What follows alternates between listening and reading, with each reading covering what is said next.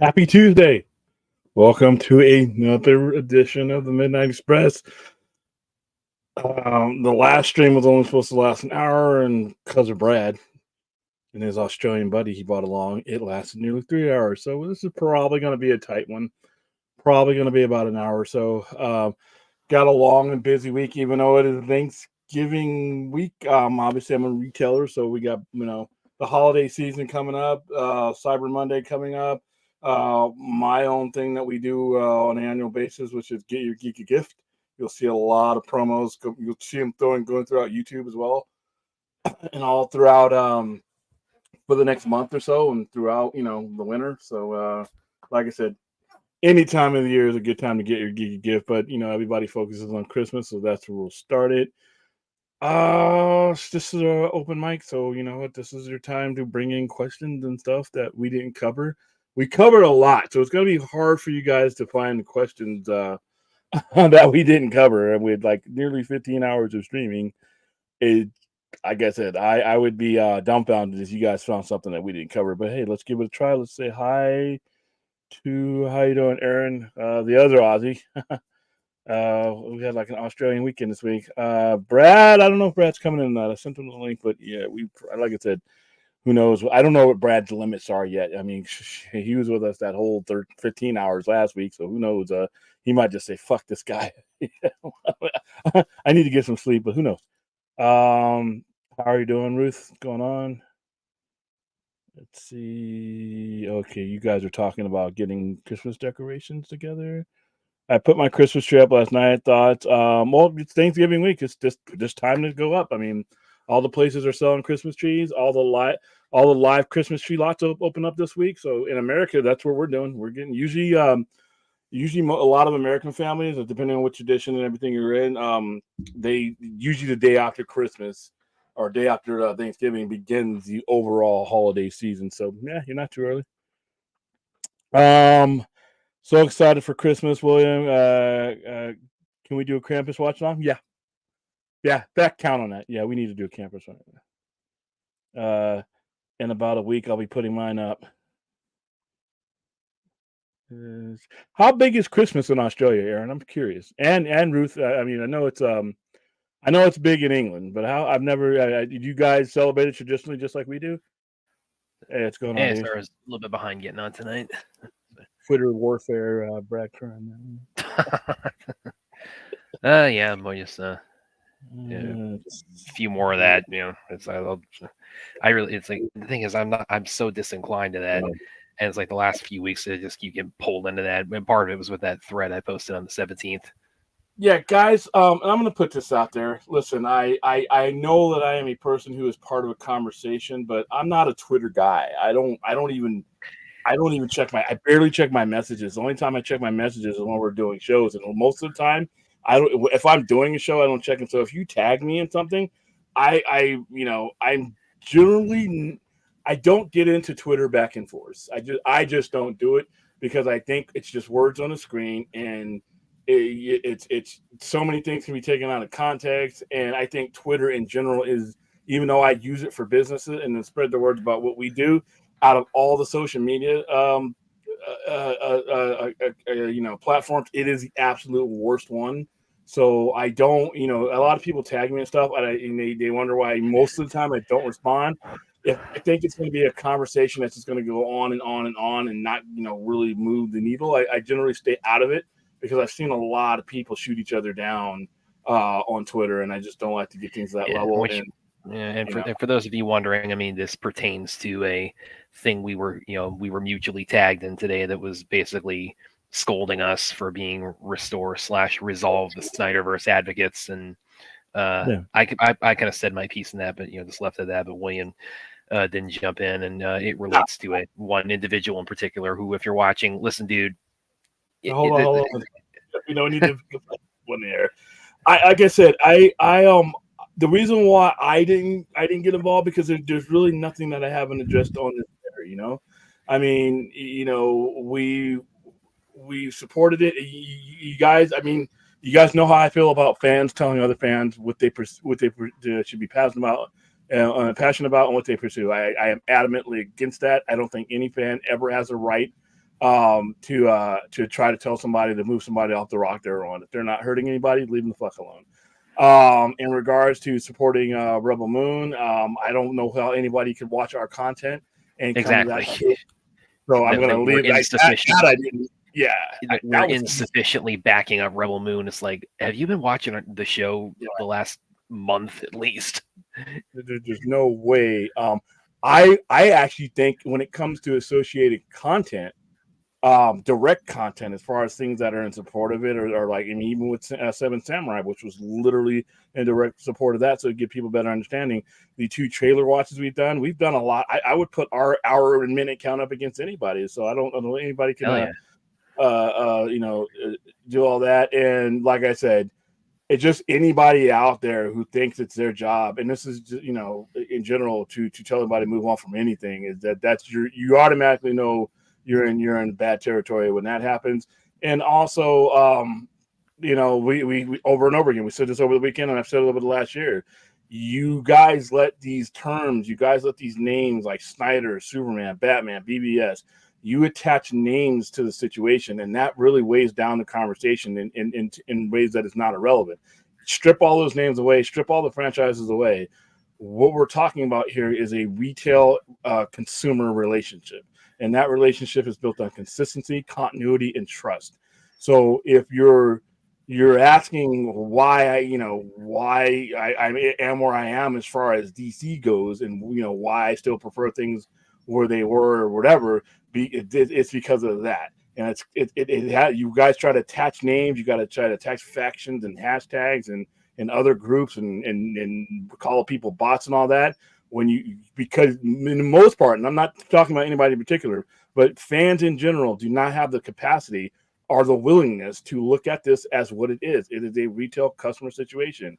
If you introduce me to something, I like it, and it doesn't continue, you've broken that trust, and it's going to be really hard for you to gain that back. And the more time you take to do it, the longer I have to go on themselves. So that's it. So with these tweets, I get tagged in these tweets, and that's fine. I don't have anything against a particular person who tagged me in it, but I just didn't think the reason I sat it out is because I didn't think I had anything to add to the conversation other than what I've used and added on this show. So, well, yeah, that's it. And exactly, it's like, I don't know, with how locked in we've been on Rebel Moon on this channel, how anybody could accuse us of being like singularly focused on JL sequels. So it's like, there's that aspect to it. And there's also, I mean, I did respond a little bit, and it wasn't like I wasn't being flippant with it. And I mean, to be fair, some of this was, not, I mean, this was far less flippant than other things I've encountered on this subject. But I just very bluntly said, it's like, why do you care what other people are chasing after if you've tapped out on it? And that's another thing, and that's in general, like I said, and I didn't want to respond to that particular person because my response is not directed at him. I've heard this over and over again, and my response has been the same thing. It's like, yeah, like I said, if a 60-year-old man wants to believe that, like I said, and I'll quote myself, that 8 reindeer are going to land on his roof and come down his chimney and deliver him presents, and he needs to leave milk and cookies out for him, and it's not hurting me, he can believe that not until he's 60, 70, 80, 90. Continue to believe, and I'm going to support you. That's what makes you happy. I'm going to go on about my day. But so yeah, I just don't get. I'm not a Twitter guy, guys. So don't feel slighted if you tag me and I don't respond. I just think Twitter I use it as a necessity to spread the word about what I'm doing. That's it. It is not a tool for engagement in me unless it's messaging people that I only know through Twitter. Now, when it comes to RJ here, this is I guess the big news of the day, Resident Justice. How about Lex Luthor in Superman Legacy? Yeah, how about Lex Luthor casting? I'm quite happy with Nicholas Hoult, great actor, who I believe will do a fantastic job of giving some great material to work with. Cast is shaping up nicely. Congratulations to Nick Hoult.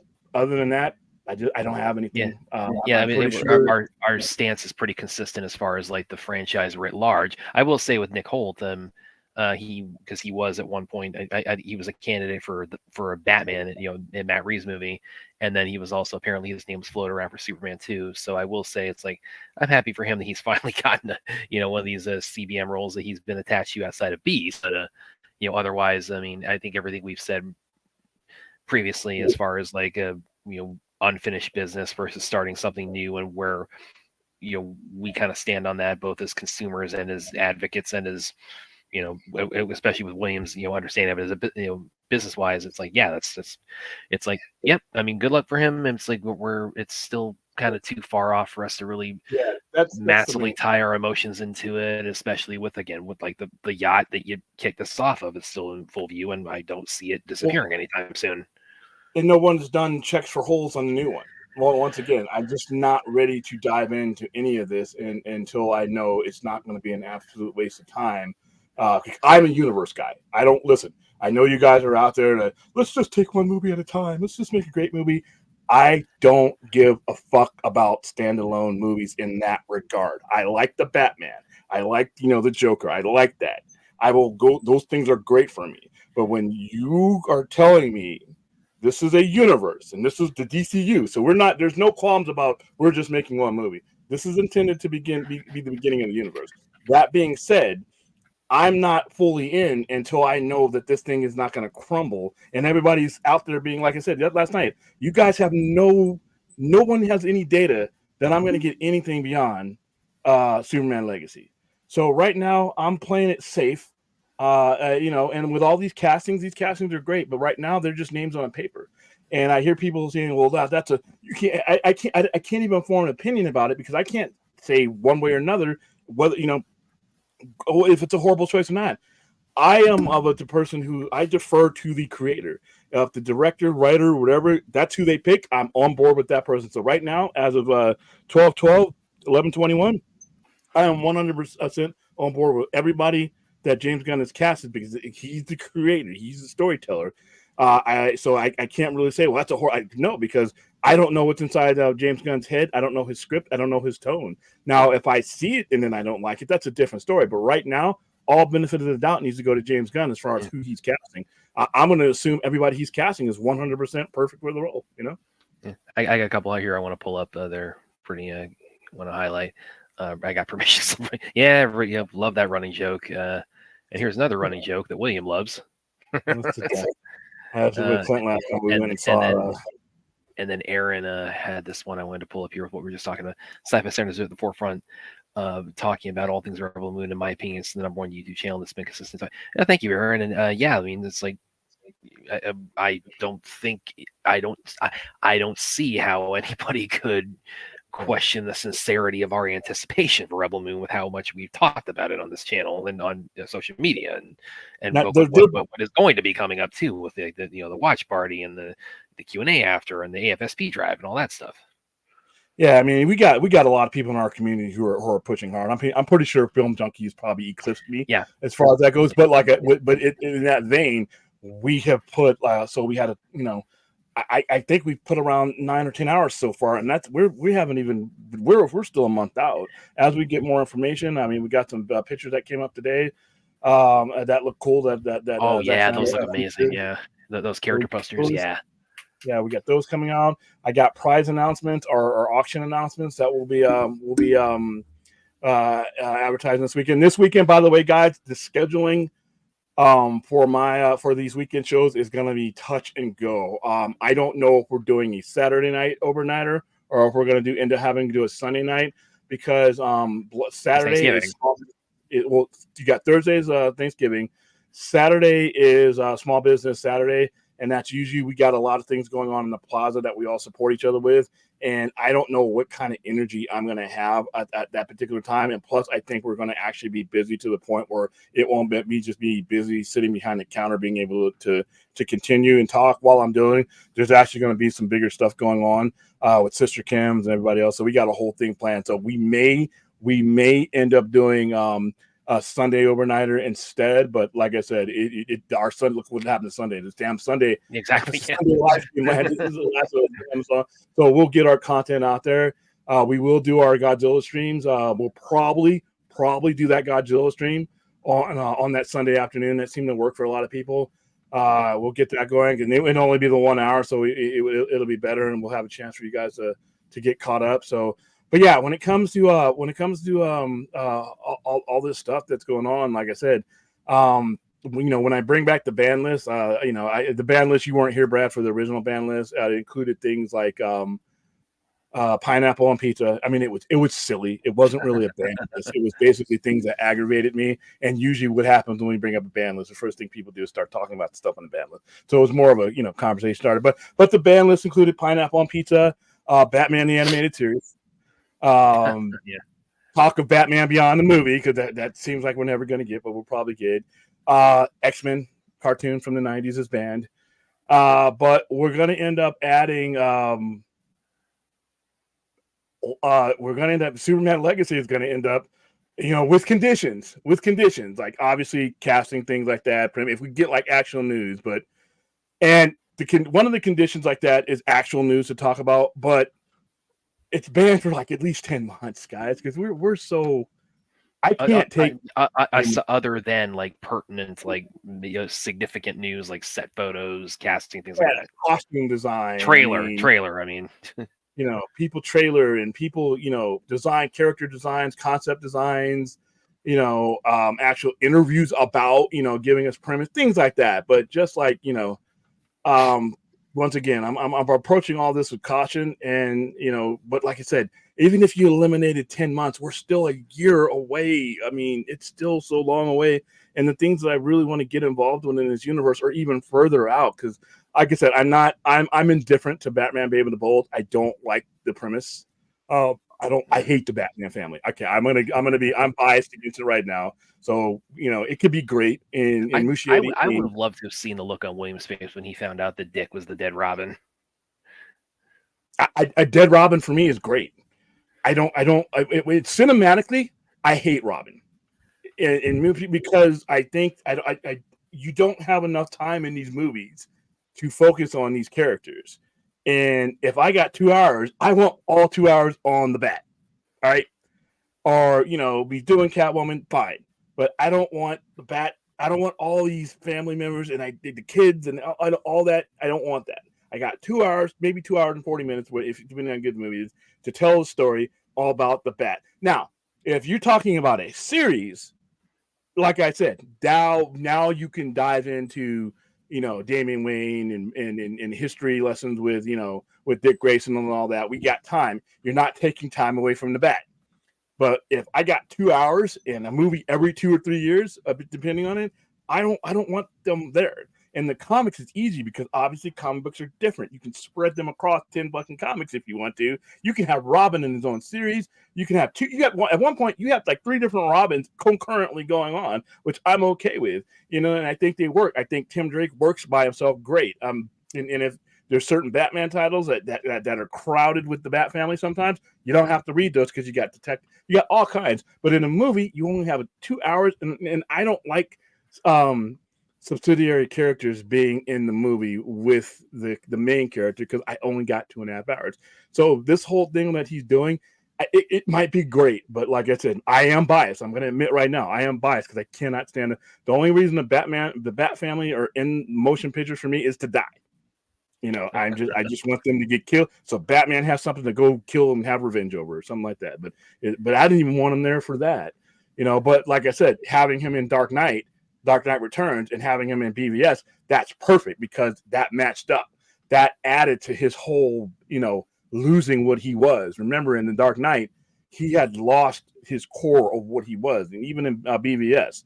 The whole Dark Knight Triumphant, the whole Dark Knight Returns, and not just Batman putting on the suit again. It's Batman finding out, reigniting and re-engaging with why he even did this in the first place. That's why the whole Martha thing was so important to me. And like I said, I had the goof off, you're doing all the stupid shit. You said, Martha, you're my friend now because our mothers have the same name.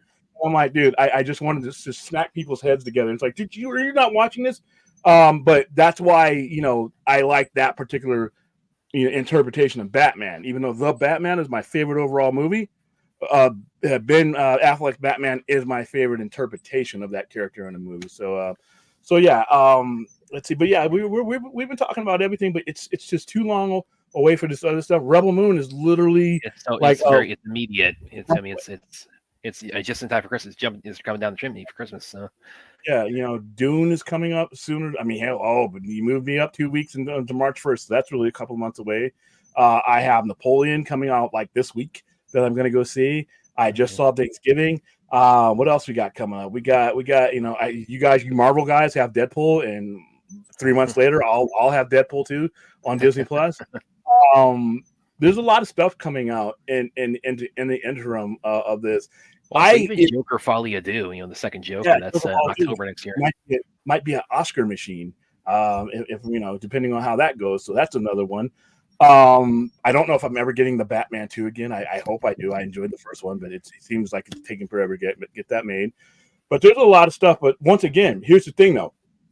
I am open to all that changing if I'm given something, relevant to have it changed, and like I said, I said every Wednesday should be Jim and James getting me hyped up, not about Superman Legacy. Superman Legacy is the ultimate goal. When you think they should be getting people like hyped up on like Elseworlds overall, like they hear like DC, like the entire tapestry of it, everything on all levels. I need to be tomorrow, Thanksgiving fucking day. I need to be eating my turkey with Jim Lee or whatever, or something like that. Black Friday, whatever you want to do. And we're joking around, we're casual around, we're sitting, and we got these books out there. Why don't we bring up? Why don't we have Tom King sitting right there with us? Why don't we have Tom King giving us the lowdown on Supergirl World of Marvel? Why don't we have Grant Morrison, give him a call? Jim Lee literally has that guy's name in his Rolodex. Oh my god! In his phone. So have Grant Morrison come out there and give his talk about his work on Superman and Batman. You just said obviously you're not that big in terms of like tagging and such on Twitter, but with you saying this, it kind of makes me. Yeah, have you ever thought about like just directly like tweeting that out and just tagging James Gunn and Jim Lee on that? No, I haven't, because I don't want to deal with the Cro-Mags that are responding, jamming up my thing. You didn't think about that. He doesn't need to do that. I'm like, I just don't have the bandwidth right now. But I mean, it's to me, like I said, he's got to be better at this. And they got people who make six figures that marketing. But like I said, we right now, before you put in any pen, paper, or turn the camera on to film any of this, we should be sitting there getting people interested in these characters. So, okay, you just named Lex Luthor today, right? So the next time I see you on YouTube with Jim Lee, guys sitting back, dressed up as turkeys or something, whatever you want to do to make it festive, make it fun. We're talking about different interpretations of Lex Luthor. What's Jim Lee? What's your favorite one? I could see Gunn actually doing that, coming out dressed as a turkey. Yeah, and start, ask Jim Lee, hey, Jim, ask James, what do you visualize as Lex Luthor? And then they ask each other those questions. Bring on some guests like that. And then, okay, what's going on with Swamp Thing? I mean, we got Grant Morrison. We got so many people that are the inspirations of what he's doing. Have them on. Have them talking about this. This gets people buying the comics too. Once again, I think he's done a really good job so far in making that IP connection, which is splendid. Augment that. Let's put that shit on steroids and have people, and then what? At the end of the session, at the end of however 15, 20 minutes, 30 minutes, however that lasts, we got these books sitting on here. We got these books. We have a QR code sitting on there. You scan that, you get a discount on the book. You can either buy it in digital, or you can buy it in paper. Comics. I want it in paper or hardback. Yeah, but there's some people that listen. If you come in digitally and you make it to me eventually, I'm all right. I'd rather you be buying the paper medium, but I understand. I'd rather have you in than not in at all. Have that QR code.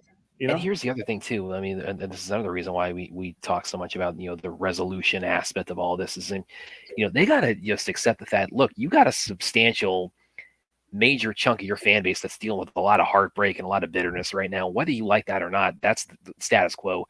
You need to be doing everything you can to try to make them feel like they're part of the tent still. Well, and he can do that. He can kill two birds with one stone. Because not only that, there's a substantial amount of people that are just without even thinking about it, disengaged from DC. Yeah, exactly. They didn't get out of the car and say fuck DC. They didn't throw a match. They just basically, without even thinking about it, because you didn't give them anything to grab onto, their output has been horrible. And like I said, between now and after Aquaman, Yeah, it's going to get worse. There's going to be nothing going on but just these announcements that this is not going to move the needle. So you need to be re-engaging all this stuff. Jim Lee needs to be literally out there when he launches Swords, and James Gunn should be sitting next to him, even if they're not talking about the movies. It's DC. You're not you just can't sell a DC movie. You can't just sell a DC comic anymore. You're now in a position, better for worse, to sell an entire franchise and triple your money. So I got to have these people on the air. I got to have people talking. You know what? As much as I just despise 90s DC animation, I understand there's enough people out there to make that, hey, spend 5-10 minutes on some of your animated stuff. And, you know, what kind of animated stuff? Bring in Jay Oliva. Bring in all these people are accessible. Oh yeah, bring in Jay Oliva. Yeah, you got to imagine Jay Oliva. Like, he brings so much fireworks to it. Yeah, he wants to, you know, these are people who are involved, and this is the kind of thing. So in the interim, instead of me just getting random announcement, David Cornsweet, Superman. All right, so for people who don't know who the fuck that is or care who that is, that doesn't move the needle. That doesn't get you going, and that's not a knock against David Cornsweet. Razor Brosnan. Most people I know have never seen that show. I know what it is, and she's won Emmys and been nominated for Emmys. Her resume speaks for itself. But that doesn't get me going. You know, that doesn't get me into my underoos and my cape. No. All right. And all these things going on. I mean, all these names on a paper, that gets the hardcore 1%ers excited. But if you want this to get rolling, you're going to need the other 90 some odd percent. And I don't see any reason that this needs to be just about Superman Legacy.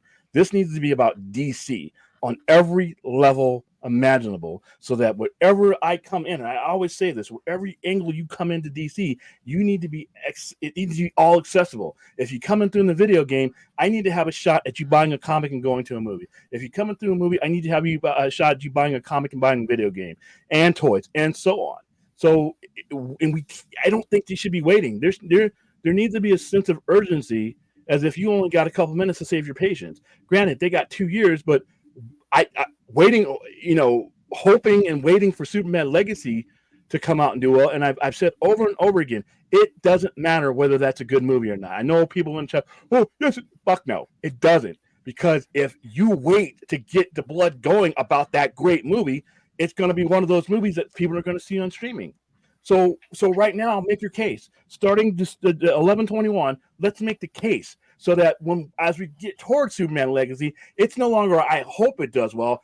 We got everybody ready for this movie. We got everybody primed for this movie.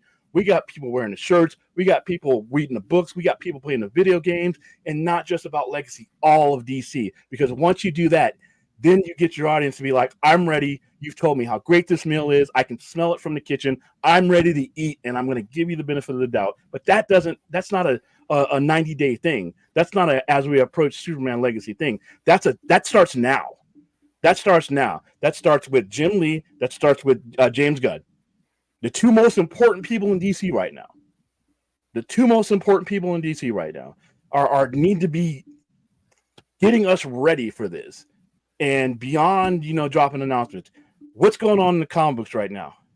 You know, what's going on, you know, what's going on in Batman Black? What are we going to be doing with DC Black Label, and how much DC Black Label is going to filter into DCU? How much DC Black Label is going to filter into your series?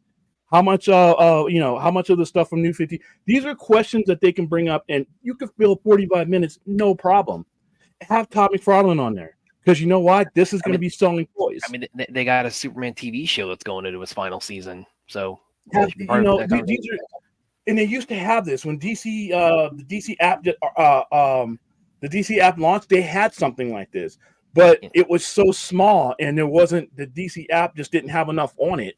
It had cool stuff in DC Infinite now, but it was it's where Titans launched.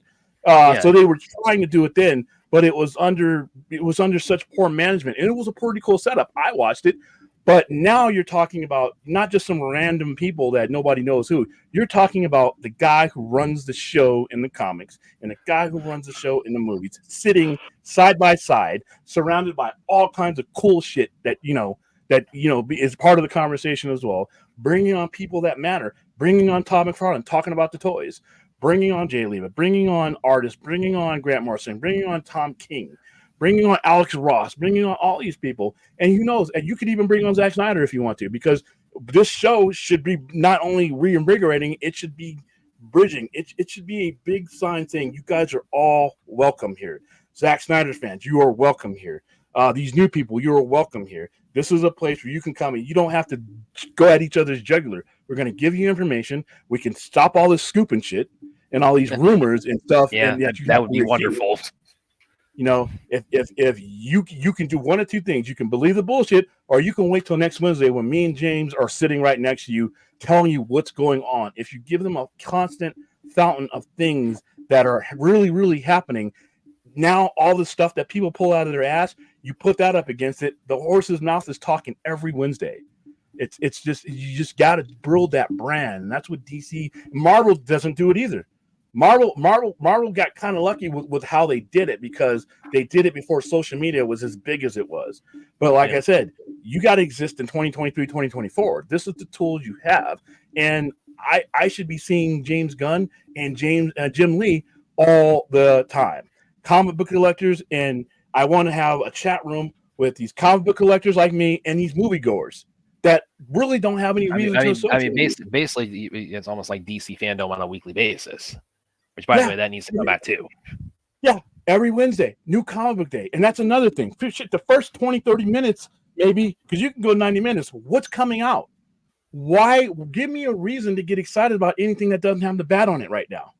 Dude, you got Green Lantern. You want to feature a Green Lantern? You want to get people in the Green Lantern, heading into the Green Lantern show? Have them start buying the books and do like we do. You know, I'm a bonehead, and I come up with a comic book story of the week. Now, if you're DC, they should be doing that. They should have a segment like that. What do we got? Dead Earth. Let's start with Dead Earth. You know what? Let's start with this. We're starting to build your mind. We're starting to build our brand right in front of you. So by the time these movies come out, dude, I've been watching Jim Lee and James Gunn for damn near a year, getting me excited about this, getting me primed, and I like these guys. I am predisposed to like what they're giving me. And then we didn't put out Superman Legacy, then put these things out, but that time in between, that drift away time, is deadly. It's deadly in retail. You cannot give this much time to disengage and just give me announcements and stuff like that and just wait for a trailer when you're talking not about the movie. The importance of Superman Legacy is not about the movie. It's about DC Comics. Sell me DC Comics. I mean, that's, to me, is I wish I had the resources they did to be able to sell DC Comics like they can and should. But you need, and I think he has the right idea when he's trying to merge things on all different levels, and I'm for that. But let's do it. Let's do it on YouTube. Let's do it on. I want people at Starbucks watching this shit on their phone. I want them watching it in subtitles. I want sign language. I want to give me a sign language guy in the damn corner so the deaf people can hear. I want everybody to know what's going on and have a reason to get excited about comic books, about the toys, about the cartoons, everything you're doing. Because guess what? A nuclear family, husband, wife, 2 kids. That's, to me, that's 4 DC fans. All right. I got the adults who can be into my Black Label stuff. I got the kids that can be in the cartoons, and I got a family movie that I can take them all to. And as they grow up, they're generational. See, you're cultivating your fan. You're giving them something to be excited about. And DC just hasn't done that. And they can.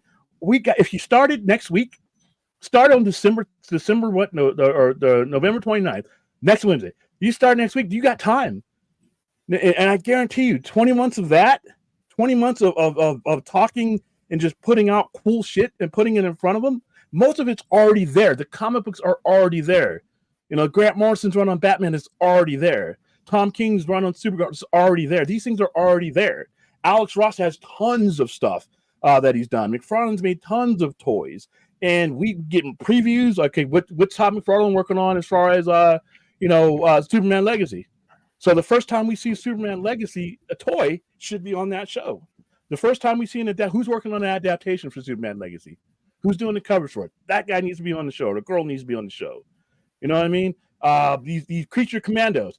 I don't give 2 shits about Creature Commandos. But you know what? You start feeding them to me. You start getting me into that. You start bringing up their comic books and all that. You start talking about how, you may or may, you don't even have to get into specifics. But you might even win over a guy like me, but you have to put it out there. The authority. That's another thing. The authority. These people are already in comic books, and the vast majority of your people that are going to go see a comic movie will never ever pick up a comic. That's tragic. Let's change that. If you ain't going to get them all, you're not going to get them all, right? But if you go from 98, if you get like 3% of the people, you start out with 3% of the people who are going to watch these movies ever pick up comic, and you move it to 5 or 6%, that's massive. That's going to keep a lot of stores across America open and invigorated. And hell, if you ever get to 10% of your audience actually going into comic book stores and getting into the paper IT, dude, you're legendary now. That's his legacy right there. So you got YouTube is free for us pretty much. I mean, you're DC, you're a multi-billion dollar company somewhere, but you have all these outlets. You have your own YouTube channel. You have CNN. You have TNN. Or TNT, you have TBS, you have all these outlets, you have sports. You should be using everything at your disposal to make sure that people are aware, and 2 that they care, and 3 that they're excited. And start and drive the conversation. That's the one thing DC has not done ever. And here's the thing. I'm sorry to interrupt, but this relates back to Aaron's comment here on a Rebel Moon and how much we've talked about it. That's in a lot of ways, that's kind of what Zach has been doing as far as the press tour, because he did the did the whole Netflix thing. He did the the interview with the Super Bowl. I mean, that was a really good one. Or it wasn't the Super Bowl, it was at the football stadium. Where he'd say, "Hey, it's like, hey, come check out this other planet," and it's like it transitions from the football stadium to now they're on this whole other they're on a whole other planet. And there's the rings of Mara, and there's Jimmy in the background. So I mean, it's one of the reasons why people keep going back to it's like we had it so good under him when he was doing his thing with DC, because it's like because he understands everything you're talking about, and he's applying that to Rebel Moon, which is really to drive people in this completely new universe. And if you want to make people not be so focused, if you're not going to provide a resolution, but you want people to be focused on your new thing, guess what? Give them something to focus on. The biggest problem with everything being broken up and screwed up by these guys is not that they had a change in direction.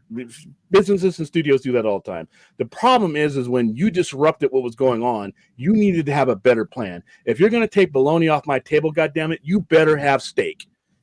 Or else I'm getting up and I'm leaving. And that's what happened. They didn't have anything in place. So guess what? You don't want to give me a resolution? Fine. Eventually it'll come around. Hopefully I'm around when it happens. But on a retail, on a business level, if you're not going to do that, you need to be giving the masses, the people in the middle, not the extremists, the masses, a reason to get excited to come back. Because right now they've been walking away for 3, 4, 5 years. You're going to have to sound off that horn.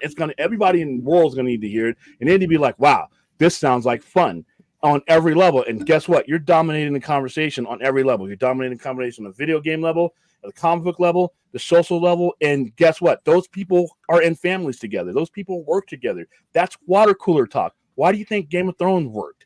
Everybody talking about Game of Thrones on Monday or Sopranos. And that's when they started with DC fandom. I mean, that what you're talking about, like, make this. I mean, that's what I remember.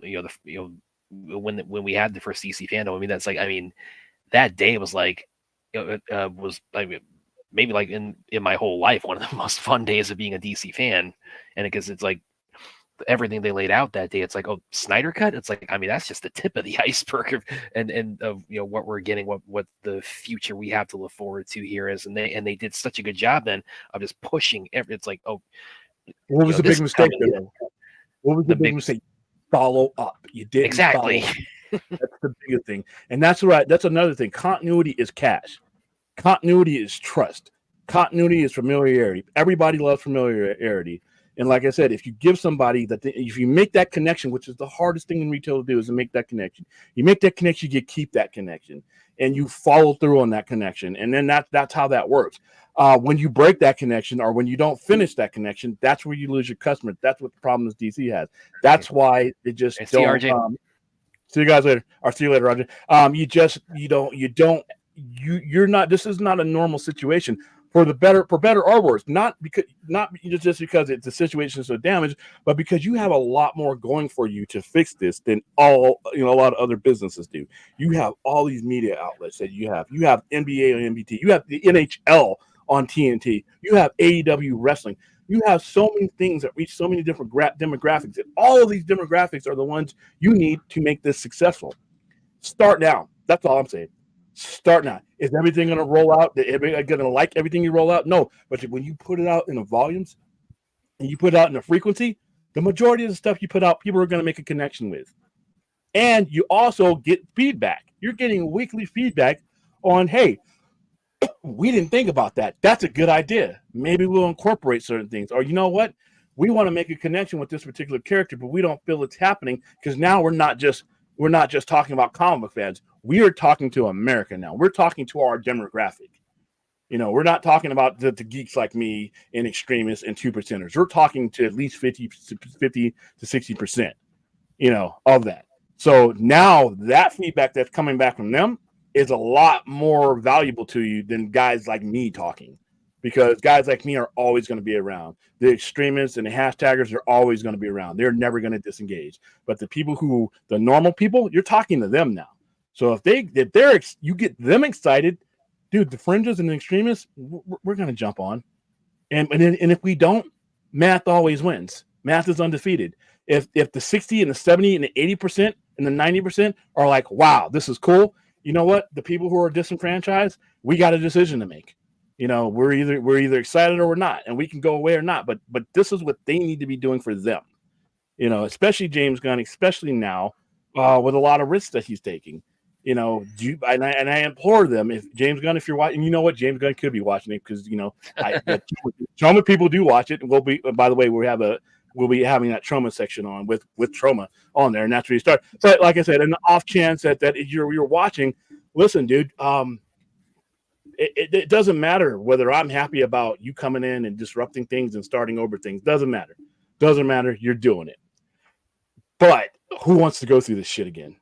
Who wants to creep up to the moment and having our fingers crossed, hoping and trying to will Superman Lucy doesn't pull the football away again. Yeah. Or hoping that that people connect with Superman, when we should start that connection fucking today. Start that connection. Jim Lee, everybody, start connecting DC and making it a way of life. Making it a way of life, like everybody who doesn't know who Tyrion Lannister is, who doesn't know who Tony Soprano is, who doesn't know who Dexter is. I mean, some people don't, but enough people do to make those franchises tight. That's what needs to happen now. On all levels of DC. Kids, adults, tweens, everybody you have access to needs to be ready to buy a damn ticket on July 2025, if that is indeed when it happens. Not only that, but that momentum that you've already built, dude, that's going to knock Superman Legacy over, and they're ready to run through the gates, whatever you got next, because you've built a culture. You've built a society of people that are now, that's your friend. They're going to give you the benefit of the doubt. You hear me say benefit of the doubt over and over again, because that's what happens. That's what Marvel did. Marvel could make some shitty movies every now and then, but they had the benefit of the doubt, and that's what you need to do. Maybe now, if Superman Legacy, now you turn that into a movie that can make a lot more money. And if it doesn't necessarily make a lot of money, but the toys are selling, all kinds of stuff are selling, the associated content is selling, that gives more data for the hedge fund guys to look at and be like, you know what? It's not just about how much money this movie made. Generally, people look how many views. Look at the trending that we're doing. Look at the toys that we're selling. We did what we could on that one. And guess what? Now when we're going to put this on physical media, we're going to gauge those sales. And guess what? Now we're getting excited for Batman. It's just momentum. And it's just, I don't see it happening now. And there's no reason it shouldn't. There's no reason when I get up in the morning on Wednesday, every Wednesday morning, I shouldn't have them two dudes sitting there, talking. There's so much to talk about. There's so much to get going.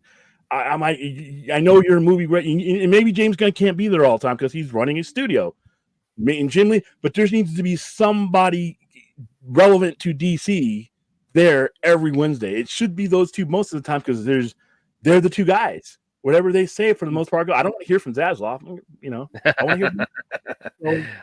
Well, William gave us about 20 minutes worth of why we should be getting a Wednesday DC Fireside Chat with Jim and Jim, which wouldn't make a bad title actually, Jim and Jim on DC. But yeah, to bring up Aaron's. I'm sorry. I want to bring up Aaron's. I just circle back to that real quick. But yeah, as we started on there, yes, we have. As far as like immediate focus, yeah, I think our everything we put in Rebel Moon speaks for itself, and we're going to very much continue through with that. Not only with this, the one coming up in December, but the comic and Scargiver in April. It's gonna be the next 6 months is gonna be, you're gonna see tons of Rebel Moon on here. And by the way, to those of you who, like I said before, who came into the doorway because of Zack Snyder's superhero content and are not on board because this may not be your thing, I really wish people would stop screwing with those people and talking to them like they're subhumans. Maybe they're not into fantasy and science fiction. Maybe they are superhero fans. Leave those people alone. I mean, that's what I say. Exactly. Yeah, let people enjoy whatever they like. Come on. All right, let's go to Arjun's gone to bed. But you were going on there. He had like 5 or 6 comments that he dropped. So, but as a Snyder fan of DC's work, it would serve us fans to stop this victim mentality and stop being angry at people didn't like VCS. I don't think that's the problem. The victim mentality, like I said, I mean, to me, even if we were to address that, we're talking about it's not. The solution to everything that ails DC is not in any of these people, not in me, not in Brad, not in we mathematically are not that as relevant as we think we are. Are you telling me I can't single-handedly save DC? Are you really telling me that tonight? Okay. No, the people that will solve all these problems are the people in the middle. So whenever you guys on Twitter or wherever else, whenever you guys engage an extremist or a hashtagger or somebody who's doing their own thing or somebody who just wants to see it come back, whenever you gauge them, you're carrying on a conversation within a percentage that ultimately is not going to win the day one way or another. It's Joe Average. It's the guy who's watching hockey when you show these trailers on TV, or whether it be Rebel Moon or everybody else. It's the guy who's watching the NBA. It's the guy who's watching, why do you think they're putting it on NFL? Because that's the person. That's the median audience. These people aren't making commercials for us. They're not making commercials for the fool with the Shazam shirt on most of the time. They're not making commercials for the people who are already in the conversation. They need to bring people that are currently not there back in. These things that you guys call each other and these aspersions that we all be throwing at each other for the past 7, 8, 9 years mean nothing in the large form of things. In the mathematical sense of the word, it's the guy in the middle. And we need to make this as inviting and as open to them as possible. Ergo, what I just said for the last 20 minutes, that's the target audience. So yeah, and I don't think you took a breath that whole time there. So that was really good. I hope that does find its way to Gunn actually, and then Jim Lee. I mean, I just really hope that like I said, but right now, until absent them doing something to actually get me going about it, other than dropping names, there's nothing. That's not how my mind works. My mind works on visuals and momentum. And right now, I got 20 months until this thing comes out, and that's not even the main thing I'm really as interested in. I'm interested in all the other stuff he let, and that's even further along. And it's just like, damn. How am I running at full speed towards something that is literally 10 million miles away? I'm going to pass out and die before I get to it. It's better I just let it come to me, but that's 3 years away. So there we go. I agree with this. Enjoy what you enjoy. Yeah, that's what I mean. I mean, like I said, I make fun of DC animated, but you know what? If you guys enjoy it, keep enjoying it. I'm not going to knock you. And I think that's what's the problem is certain people, they take it personally when people don't see things their way. I don't. I make it part of a joke, I mean, literally. Well, he had another one. RJ had another one of yours. It's a shame how they're complaining about how Jesse Eisenberg's. Yeah, which is like that. That's another thing where it's like, and that you're talking about like meeting, finding the audience in the middle. I mean, that's the other end of the spectrum. Yeah, that's extreme. That's and the thing about it is too. It's like that kind of that segment of DC fans. It's like it's almost like they're not even anticipating Gunn slate on its own terms. They just want something to beat Snyder fans over the head with because they have Martha PTSD. I see that. And it's like, that's that predisposed bullshit that it's like, a lot of these guys are like, gun stuff is going to be great. We need to let gun cook. They're not doing that because they give a shit about guns work. They're giving it because, like I said, they want to use that. It's just like the Orville situation with me. There wasn't anything wrong with the Orville. I had no real reason to hate the Orville. The reason why I hated the Orville is because the old Trek fan who couldn't evolve with Star Trek wanted to take it and use it as a club against everybody who was enjoying modern Trek. So that's what I see here, and it's like, you know what, that kind of extremism is not what it is.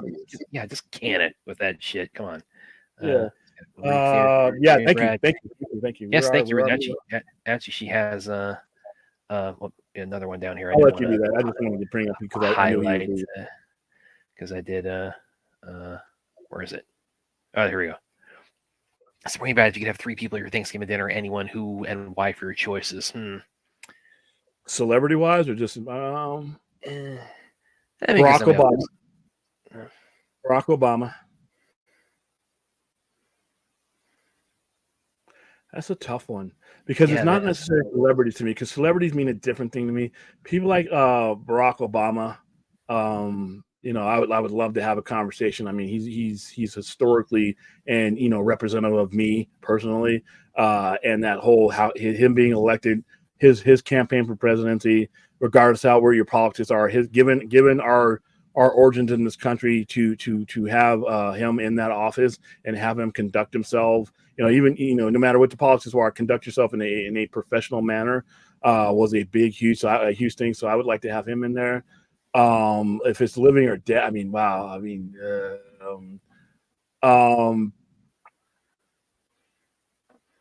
it's the kind of thing I might need to sleep on a little bit. Actually, that's a real. Yeah, but I know Barack Obama is number one. I definitely want Bruce Lee. I definitely want to have Bruce Lee.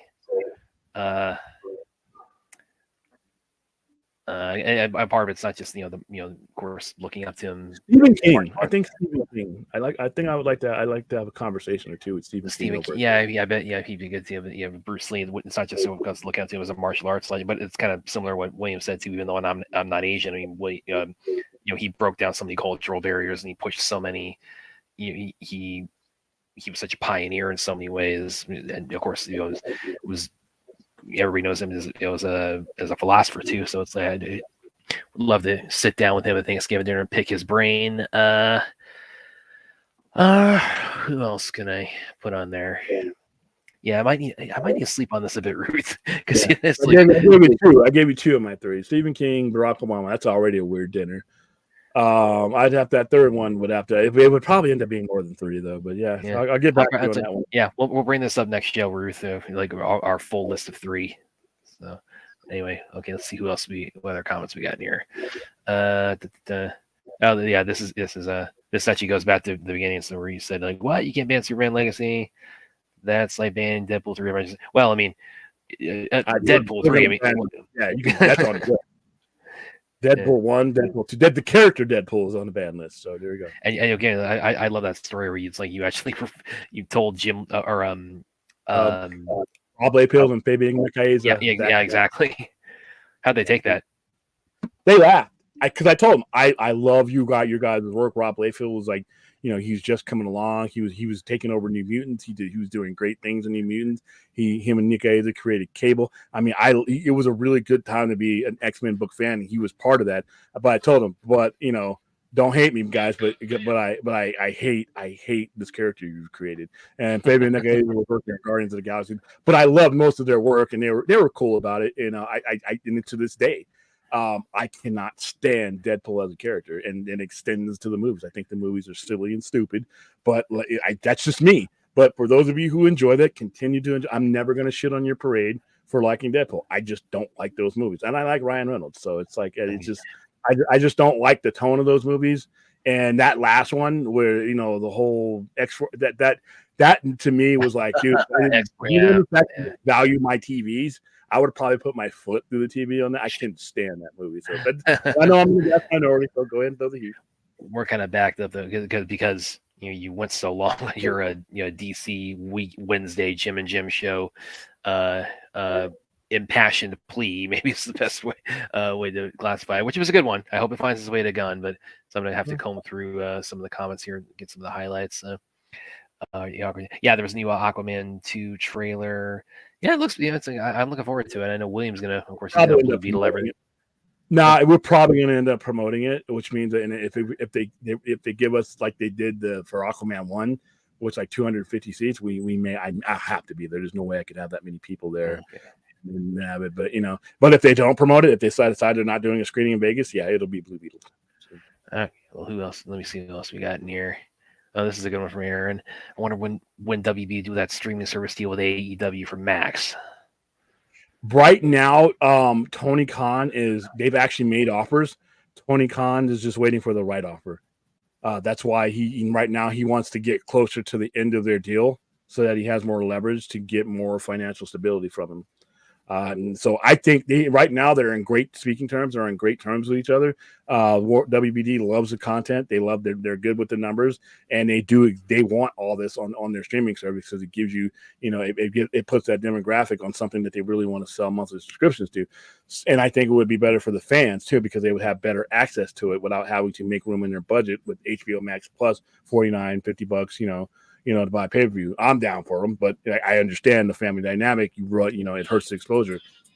But yeah, so I think they're close, but I think we're gonna probably reach the end of the current deal that they're on before we get to the nuts and bolts of getting something new. So, but I think it's gonna happen here. Well, and here's a good one from Droga. From Ozzy to no, Ozzy. No, I would not have Nathan Fillion. Drogan. I would not have Nathan Fillion. No, hell no. Also, imagine when you have it there with Lobo and Deadpool, he basically babysitting. No, I think that's. I think William would like recuse himself from that one. Yeah, Lobo's on the ban list too. Brad was saying, nah, he can't my butt. It's I mean, if it's semi-contact and padding. But the guy they had to slow the cameras down. They had to slow the cameras down so that you exactly. That's probably how you don't have a chance against. So. Well, not only that, and he was. I mean, I'm twice as big as he was, but he also, of course, he had the 1-inch punch where it's like you can see demos of it he did where he would set his fist 1 inch away and just put it into it. And he could send guys that were like 6'2", 220 back just like 8-10 feet. So I don't need that kind of action in my life right now. No. So you guys, anybody watching, if you have not seen Enter the Dragon, what the hell are you doing? Come on. There's a lot of people who still haven't. That's good news though. There's a whole generation now that can now yes, see it. Please do. Fourth as one here actually. I've never seen that, Brad. I think he's referring to when I was talking about the Rebel Moon promo. So it was Netflix Geeked Week, which is about like the week before last, where they were promoting all their upcoming stuff, and they concluded it with Zach, a new Rebel Moon trailer where he was breaking down the trailer. He did an interview afterwards, and also that night they of course had the football game where they had a Rebel Moon promo during that, and that was the one I'm referring to. I'm going to see if I can pull it up here. Yeah, I was gonna. Okay, you got it. Cool. Wow. Let's see if I can. Just bear with me here, guys, because this actually, this is why he's so great at just driving anticipation for everything he has coming up, because he's Saturday is the return of Doctor Who. I don't know. I wanted to do a live stream of that one. That Saturday is so massive.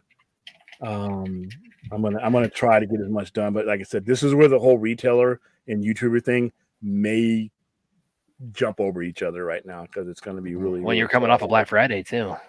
Yeah, and except for me, the Small Business Saturday, that's a big day. That's the only day busier than that routinely is Free Comic Book Day. How you doing, Nicotina? Yeah, you keep all the questions. I'm gonna see if I can find this, because again, it was so great. Nicholas Holt is we hit that at the beginning of the show. Touch upon that. By the way, speaking of speaking of like, what are your thoughts on him as Beast? In the X-Men movies. That is all right. Yeah, I did enjoy him. We didn't. I think we all told. I think we got more of him than we did of Kelsey Grammer. I think he was actually pretty solid as Beast. Damn it! Why can't I not? I wish I know it's floating around Twitter somewhere. So I got to Toothy, I'm not calling you that. Fourth, but when is your name changing back? By the way, don't change it no more. We talked Thanksgiving all last night. I opened up last night's show with Oh, and it was a very enthusiastic discussion about Thanksgiving. I'm fine with Michael Rooker playing either Samland or Bobo. Either would be work as well. So. Yeah, that there's been speculation he might be Bibbo, which is like I don't know if that's a Superman character, and he's one I've always felt like he's fine in the comics and in animation, but I he's not like I could do without him in a movie. All right, RJ, I know you're gone, but I'm going to go ahead and read this anyway because I think this would be catastrophic. I don't think they're going to commit to doing a weekly show or live stream. I feel like James Gunn's interaction and way to clarify and get fans hyped up is 2 threads currently. That would be absolutely fucking disastrous if they maintain that. Keep it on threads. Yeah, you right. Got it. Yeah, and again, you have to be cognizant of the fact that your fan base is so fractured, partially through your own doing. You need to remedy this. Well, and another thing is the percentage of people that are on Twitter and threads are more closer to the extremists, and you need to get away from them.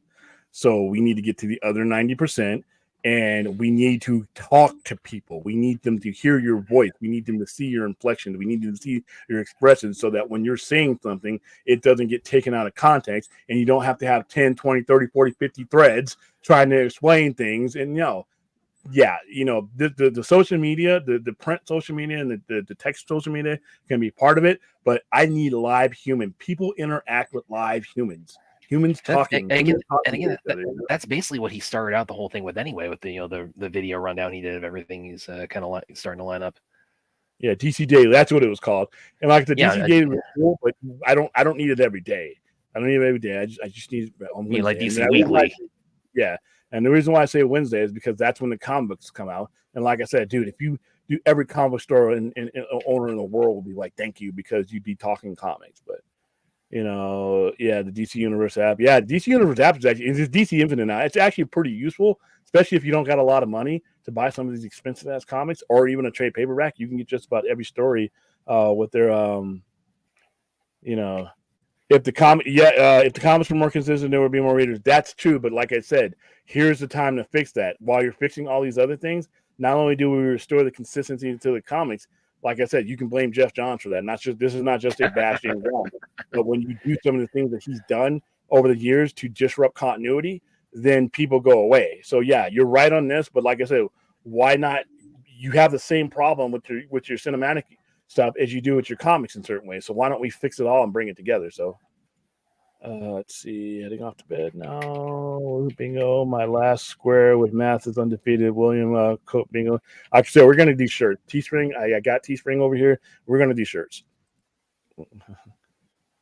We're gonna do shirts. Math is undefeated, and I'm gonna have a tier. Reboot is stupid plus lazy. Yeah. Kid.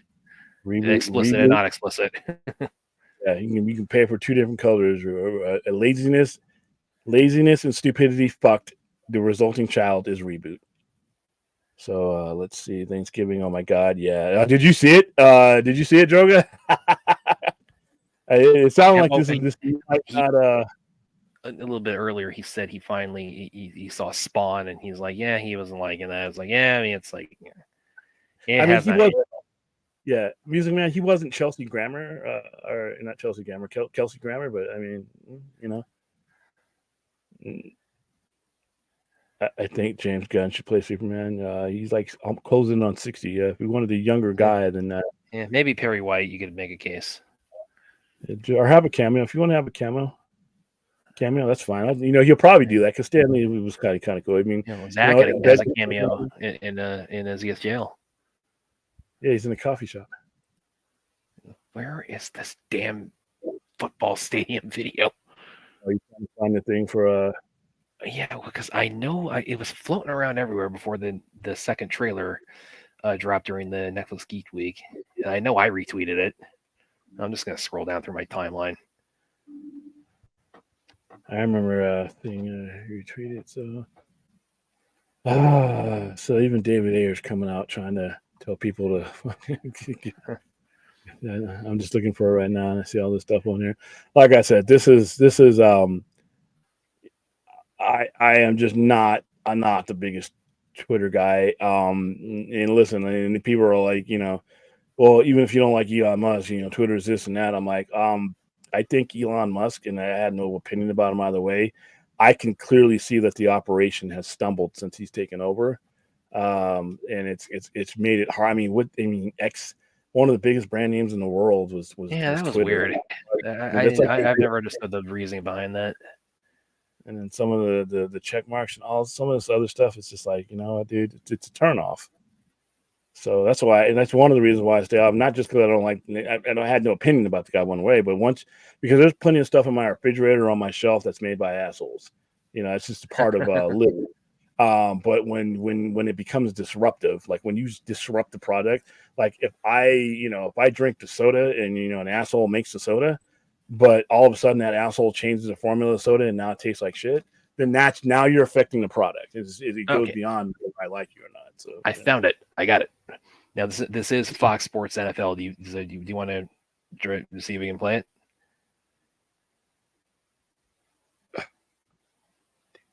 We made it last night when we were playing the Film Theorist one. But that's now Fox is its own brand. Is it from Fox? Yeah, it's Fox. It's Fox Sports. Yeah, they'll get us. Go ahead and just put the link. Put the link in the. Okay. Well, everybody, this is Oh, by the way, X user base has grown since month bottom because it's closer to. Can I put the link? Yeah, you just add it to the chat, just where it says post comments at the bottom right. You just put it in there. X user base has grown since that doesn't mean shit though. The problem is he's lost ad revenue. The subscription base, unless you're paying for the blue check, that's not where they make their money off of. They make their money off of ad revenue. So even if its base has grown, that's meaningless because that's not where their money comes from. And they've lost tons of ad revenue, and that's what it survives on. So yeah, great, congratulations! You got a bunch more people onto a platform that the big money money makers and shakers have all left. And that's they're running into that problem now too. Yeah, but it's not showing me like how to. So I just sent it to you because it's not showing me an icon where I can put it into comments. Let's see. But yeah, it's like I want everybody to see this if they hadn't, because the way he's promoting Rebel Moon really does encapsulate how you think they should everything they should be doing with DC. And as I've said, it's fortunate that the strikes are over, that the cast can actually be part of the press tour now, like Ray Fisher has already started doing. But as we've seen over the past few years, like Zach, he's his own marketing machine. He knows how to. Like almost no other filmmaker, I think, working today. He knows how to, really push, really drive interest and excitement in what he's got coming up.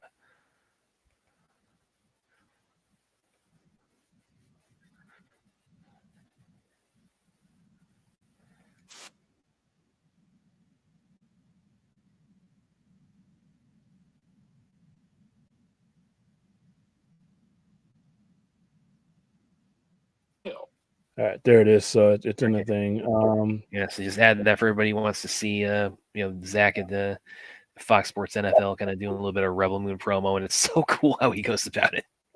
Hey, Forth, have you been paying attention to what's been going on Twitter lately? Things aren't okay. I just want to let you know. Yeah. He increased who can revive ad revenues. I don't know if he's hanging around Twitter that much longer, to be perfectly honest. Well, he can't get rid of it because it's been devalued. There's been some things that he's aligned with that have scared in the last couple of days. That has really scared off some big ones like Comcast and the Universals and all that. There's some stuff, and I don't want to bring it up here, but there's some stuff you might want to look at why Elon Musk is trending right now. It's not for good things, and it's not for things that you can be associated with. If you're a business, let's just say that it's not inclusive. I don't know. Leave it there. Well, that's why I say it's like I'm not sure if he'll be sticking around Twitter/X much longer. If that might be like the final like. Who's gonna buy it? Well, not necessarily who's gonna buy it, but it's like there might be like a behind the scenes like a vote of no confidence to this point because he's private now. He took it off the market. That's what I mean. You can't get rid of him now. So it's. I don't know, man. But like I said, I if Twitter disappeared tomorrow, I'm okay with. I mean, I use it while it's here because you guys are on it. But other than that, if Twitter were to disappear, you guys would go somewhere else, and probably one of the platforms that I'm already on. Like I said, I use Instagram religiously. You guys should know that from looking at me. I probably use YouTube as more of an outreach than I do Twitter. So, yeah, I mean, if it disappeared and I was left with just Threads, Instagram, and all the other ones, I would be just fine because I can't name you one person right now that's at the top offices in any of those platforms. Why? Because they don't make the news for stupid shit. So that's all I want. Listen, sometimes I just want a boring day. I just want things to be on. We would all love boring days again. Yeah. I mean, maybe you will. Who knows? And just have DC come in and with a weekly show to make them exciting, but like good excitement. Yeah, I mean, like I said, and you just broadcast that everywhere. Like it's speculation and rumors. It's just, dude. It's like maggots. It's just like as long as you let it fester, it becomes the face of your product. Right now, there's too many people that can dictate the perception of DC that are not DC, and that needs to change. Yeah. So it just needs to change. I mean, I can't have a YouTuber or a Twitter head being my main face for news for DC. I need DC to be the main news for DC. Nicholas Holtzby still has the blue Lorax. Well, that version of him looks like the Grant Morrison version too. So a lot of people are. Yeah. What did you think, by the way, of when you saw? Well, you haven't seen the Marvels, but you've seen. I mean, we've done seen the screenshot of Beast's cameo and the. Because I thought the design was pretty good. It adds to where they were going as far as we now have a multiverse that needs to be answered after what happened in Loki. Prior to Loki, you didn't have that situation. Now you have that situation, so it's something that needs to be addressed. So I thought it was a pretty important moment. I mean, most people saw that trailer on YouTube, so it's like, there you go with that. But I had a discussion with someone. We think Saudi Arabia might buy Twitter/X in the future. They have the money. They have the money to do it, or app, or somebody, who just wants to get it off of his hands could do it. The problem is you'd have to have an absorbent amount of money to do it because you're going to have to absorb that loss. Most companies are not going to, because remember, there's a lot of debt that comes with that company too. He leveraged, even though he has a lot of money, he didn't use his own money to buy that. He leveraged money to get that. So that's why, if it's just him, being a trillionaire, I don't even know why. I don't even know why he felt the need. It's just, I mean, I don't know. Just understand the whole impetus behind it too. It's like he just woke up one day and said, "It's like, yeah, I just felt like buying Twitter." Well, here's something else that's going on in Bandless as of 1:13 a.m. Getting into Elon Musk's head, because that guy, that just hurts. That's going to make me just have to take some pills. That guy's all messed up. So, like I said, he's the news. Unless you're the personality, unless the product is the personality, then most times you don't want your that to be in front of whatever you're selling or whatever is your revenue generator, unless you are the person that's generated. Like if you're Taylor Swift, obviously that's a personality that drives the revenue. Or if you're, Jimmy Fallon, if the personality is what's driving the revenue, that's one thing. But if it's not the revenue engine, then the whatever is the service, the merchandise, the product needs to be first and foremost. When you found yourself, that's why I say, look at the most of the successful companies in the world. Even when Steve Jobs was alive, he only made himself part of the picture when it was time to unveil things. When all the most famous guys that run these companies, for the most part, they are nameless, faceless people. Hell, you see Warren Buffett on your TV anytime soon? No, because they don't want the focus to be on them. The focus is on the product. Well, if there's ever a conversation, about the people who are running the show and not the show, then you're probably not, it's probably going to get a little bit sketchy. So, that's the thing is I've always, put your product first, and don't do things that disrupt your product. And when you have a brand name, you've assumed a brand name, you walked into something that little blue bird, everybody knows that blue bird, but now I got a neck. I think depending on the way you lean politically, you feel about it. If you're left, you train to hate him. Right, independent, you're open to. I mean, it's like neither. Because here's the thing: I care about the product, the effectiveness of the product. If he listen, like I said, I have a cupboard full of stuff and a refrigerator full of stuff and a shelf full of stuff. Half of it's made by assholes who I don't like, but as long as they don't fuck with the product, we're good. It's not about a personal connection with me. I connect to those people through their product, and it's out of necessity. Now, if any of those assholes, people I like, start fucking with the product, you know what? If my Pop-Tart starts tasting like shit, or they change the way Frappuccinos are blended, I'm gonna have a problem with whoever's running that company, no matter what political leaning I have. I wouldn't give two shits about Elon Musk if he wasn't affecting a product and making it more difficult for people who I do communicate with it to communicate with it. Like I said, if he'd have just came in and let Twitter be Twitter, and not made dramatic changes, nobody would care about him being a weirdo. Nobody would care about that because there's a lot of weirdos. You probably drive a car made by parts of weirdos. You get oil and gasoline made by people who are far worse than Elon Musk will ever be.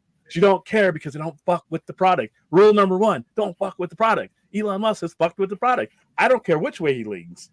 Fuck with the product. Now we got a problem. So, well, it's like, what you're saying here is it's which yeah, I mean, I do know people who are. I mean, I'm fairly. I don't like to put a label on myself. I try to be as moderate as I can. I think people, if I ever got into depth on it, they probably would call me left leaning, I suppose. But I try to be as open-minded and fair and moderate as I possibly can on everything. And it's like I can get along with anybody. It's like as my dad likes to say, it's like as long as it doesn't involve white hoods and swastikas. We're good. And most people are moderate. Most people are most of the country is middle left, middle right down the middle. So, and most people don't care about Elon. But he's become a caricature that is affecting the product. Yeah. That's the thing. He's affecting the product. Most people, like I said, if politically you could be as right wing as possible. Like I said, there's a lot of people who I buy stuff from. And I watch AEW. They're conservatives. The Khan family is conservative. That ain't gonna stop me tomorrow or Wednesday night from watching Dynamite or watching these damn pay-per-views because that's not the connection I have with him. But his product, he doesn't he's not screwing with the product that I love. So that's the thing. Product first, and if you mess with the product, we're gonna have a problem. I don't care who you are. But he is. I think he is right here when he talks about if you're left, you're trained to hate him. Because I know people who are like really far left who just every other tweet they put out is something pissy about Elon Musk. Now again, it's like he has brought a fair amount on himself, particularly with recent stuff that we're not going to go into detail on here. But yeah, and that's the thing. It's like I think the guy's a clown, and the fact that he's part of the conversation right now, that's a problem. If you're doing it right and you have a product and your personality isn't what is benefiting the product, then you have a problem. All right, if the product was running right, then he's not a part of the conversation. He's only part of the conversation to people who don't know or care who he is because the product is all screwed up now and doing crazy stuff and sponsors are leaving and big sponsors. Dude, look at the last few days. He's got problems. And that's how Twitter makes its money. Twitter doesn't make its money off of followers. It does off of some of them. You pay the $8 a month, but that's not nearly as much as they make off of ad revenue. Social media platform, Google, YouTube, all these people pulling the bulk of their money from ad buys and ad revenues, and they do that revenue shit and their revenue split and revenue share. That's where the money comes from. And so when you start losing those guys, and they don't want to put their product because you said some crazy shit, and they don't want their product to be associated with that, they walk away and they lose. You lose them. And that makes, and as a private company, you don't really know how he's doing, but at the same time, he's not happy. No, he's not happy. I don't think this is going to happen, though, Aaron. Somebody will out. But like I said, he's not going to buy another company now with this one, and Google. There's just so many. Well, I don't think would they sell it to him at this point. Yeah. And there would be lawsuits. There people would get together and make a better offer than he ever could. Not only that, I mean, you buy up enough things. I mean, you're you're going to start violating like monopoly laws, and we'll have antitrust laws and stuff like that. So, but I don't think he's a trillionaire. But even trillionaires, even people that have that kind of money, he ain't happy about those sponsors leaving. He look how he responds to them. So, but I don't want to talk about Elon Musk anymore because, like I said, he's become the conversation over his product, and that's always a bad look, I think. So. Yeah. All right. So fourth, you can continue to back him, and that's great. But like I said, tell Comcast how you feel. Well, again, also it's like you can never be sure with fourth too. Yeah, that's true. Viacom's not a monopoly because there are still other studios out there. There are still Viacom, doesn't have enough of the market share to be even close to considered a monopoly. So there you go. Said Twitter to Elon. But like I said, we're putting Elon Musk on the ban list, and that's a hard ban. That's not even a joke. Fuck that guy. I mean, sorry, I don't. He's not in my world. I don't use this product enough to really care. Like I said, I'm on Twitter to communicate with the people who I met through YouTube for the most part. And if I could convert each and every one of you over to a different platform, I would, because then I'd have no use for it. I put it on Buffer, and you see some of my tweets on there, but usually it's because I use an app that tweets to everything, so I don't have to, to do it 3 and 4 times at a time. So that's why a lot of tweets that you see from me, for the most part, are from other apps, because I primarily tweet, or I primarily use Instagram and my Facebook business page, and I go from there. I don't use Twitter to promote the business. Slowing down the cameras wasn't it? Well, I mean, I read that did happen, making it a but Bruce Lee had to slow down because, well, again, that doesn't. I mean, that also speaks to how just. Oh, dude, that's even more. That's even more reason why I wouldn't want to get in a fight with him. I mean, because I'm pretty sure that stuntman could probably fight better than me, and if he had to slow down for them, he's going to kick my ass in fast motion. Go and watch. I remember the first time I saw Enter the Dragon, when he has the fight scene with O'Hara, and they meet. They put their hands together at the wrist, and he shoots his hand. He does the first strike. You have to kind of pay close attention, but what he's doing, the rear hand, his left hand, it comes up, it pins down his O'Hara's arm, and then the other hand, the right hand, comes in and strikes, and he goes so fast, I swear it looks like he just shoots the leading hand and it just hits him. Yeah, that guy was, like I said, I wouldn't be messing around with I'm not messing around with Bruce Lee, any martial artist for that matter. I'm just not going to tangle with you. You know where all kinds of pressure points are. I'm going to keep my distance, and I'll use a weapon. That's the situation where I'm like, you know what, I'm not going to win this. Thoughts on Getter, everyone? I'm not sure what you're talking about there, Aaron. Getter, everyone. Probably another Xtube. Oh my God, no, don't do that. I don't know what Getter is. I think it's probably another social media app. But like I said, I got so many of them right now, and like I said, I use I like Instagram. I like Facebook. But more and more, I'm using. I don't use TikTok as much as I should. I have a TikTok account, and you're going to see a lot more TikTok from me. But it's more of that's going to be promotion of the store with our commercials. Using that. But like I said, when it comes to Twitter, I'm very rarely on it. People were sending me messages the other night while we were on our live stream and wanting to get on. I'm like, when I'm on a live stream, the only time I refer to a message if somebody says they're sending me something right now, like you told me you were sending me something. And that's when I got on and said, okay, well, I opened it up. There it is. But as far as like people, tweeting me like while I'm on, I generally don't respond because I usually don't have Twitter open when I'm on right now because I don't have any need to. It's just not my world. Bruce Lee was yes, Aaron. This is a point that has often been made. And yes, if you look at the history. Say again? I thought it was Pat Morita. Oh, well, I think you're kind of mixing him up with Mr. Miyagi and the Karate Kid, but Bruce Lee. She's talking more about his real life impact. I'm just kidding. Okay. Wow, you went silent there for a second. Oh boy, was I about to unleash Mount Brad? I wasn't quite sure. It's like, is William pulling a fourth here or what? Nah, so what I'm doing. Yeah, but no, everybody look up, kind of how he developed the Jeet Kune Do and the impetus behind that. It's actually pretty similar to how we kind of got to where we are today with the MMA being so being such a phenomenon. So. Ip Man was Bruce Lee's teacher. Yeah, and just like I said, it's like that's actually one thing that kind of entered my mind when we talk about like the whole finish or conclude or resolve the Snyderverse side of it. which is that there is an Ip Man 5 in the works now, which if you've seen Ip Man 4, you understand why that was positioned as the finale.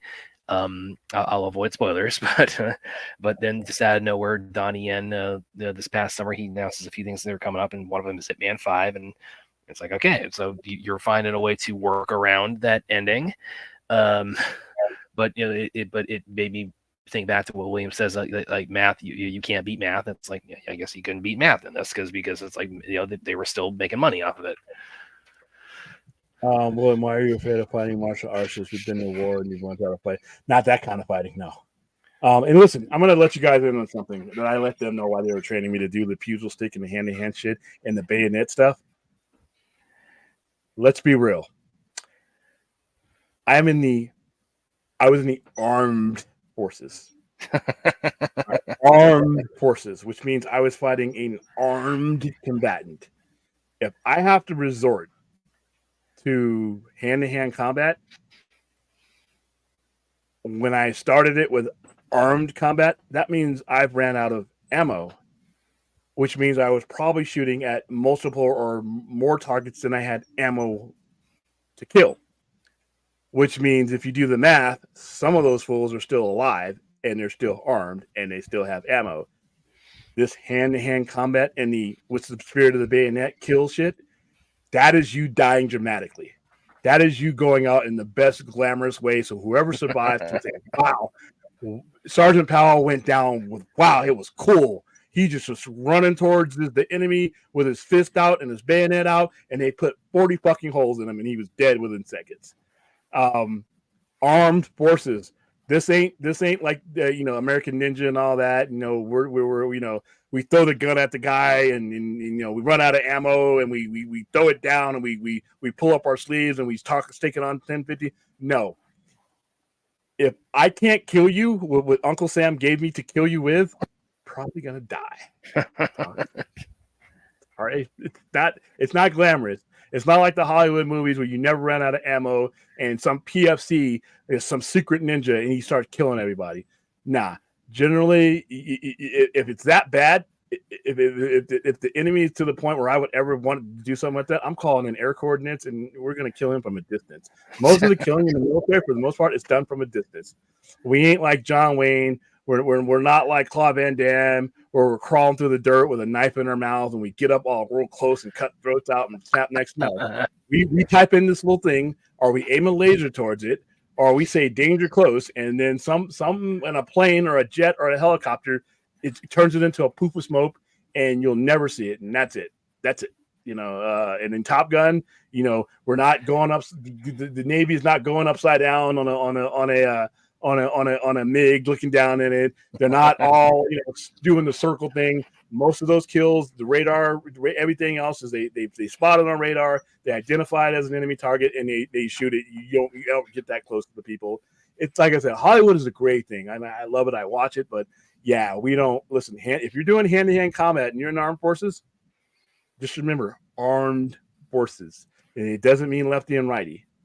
Now, if the enemy is dumb enough to throw down, like in the movies, the enemy is dumb enough to throw down his gun and say, I'm bold. You're challenging me? Let's fight. Okay. Maybe you got a shot. But just like in Indiana Jones, when that guy heads towards him with that sword and he pulls out that gun and shoots him, that's what happens. When one guy has a gun and the other one doesn't, the other guy dies on board. That's how war happens. And it's that whole thing came about because Harrison Ford had the flu or something that day, and they said I can't because they were supposed to have a big fight scene. And so he couldn't do that. And Spielberg said, okay, just take out your gun, just blow him away. I guess that's the best we could do. And then, they ended up making history. Yeah. William did that arms, just not his hands. Exactly. Fourth. Nah, it's really not that exciting. Other guys, I'm like low on the excitement pole. I wasn't infantry. I wasn't special forces, but I was there. I mean, I was there. I was in that environment. But there's guys that are going to have way more exciting stories than me. I would bore you to tears with some of the stuff that you think. I mean, but we were there. We were, I'm part of the 1% that's ever served. So, like I said, 1% of the country is ever. That's it. Out of all the people who have ever lived and died in America, 1% overall have ever served in the military, and even less of them have ever served in the combat theater, because we haven't been at, we've been at certain wars. I mean, with Afghanistan and everything else, but prior to that, you didn't have anything since the 70s in Vietnam. You went through whole generations without war, and then all of a sudden we had two of them going on at the same time. But the majority of people, like I said, will not ever put on a uniform. Out of 300 and some odd, 338 million people, only 1% of them are currently in uniform. And out of all the people who have ever lived in the United States, only 1% of them have ever served in the military in general, which is astonishing. I mean, and it's all volunteer force. So, and my dad, it's like he probably would say the same thing you have as far as like sharing war stories, because I mean, like he was in the Gulf War when I was a little kid, and then but then he was civilian employee, served this is after retired from active duty. He was a civilian employee, Army, and went to 2 tours in Afghanistan in 2013 or 2009 to 10, the 2013, 2014. But he's like he doesn't have like any like harrowing stories. Like, I mean, the best ones he shares, the one I told you about, where it's like the soldiers are all pissing in the bottle because because you're in the Middle East, in the bathroom, the outhouses are like they might as well be in San Francisco. And at night, they tell you, it's like, okay, you guys, you have to get up out of the barracks or out of the cot. You have to the tent, and they said, okay, you got to get suited, you got your uniform, you got to get your weapon, everything. And my dad, he said, all the soldiers like, listen, you got to go. So it's like they just got out bottles and just went for it. And it was an unspoken thing that we just, especially if you're a dude, we didn't talk about that, but we all were like, damn, that fucking thing is like, and it's dark. Even if you didn't have to put on that shit, it's dark. They turn out all the lights so you can only see. It's a long walk, dude. And you get up, you want to just run to the bathroom, and you can run back, go back to sleep.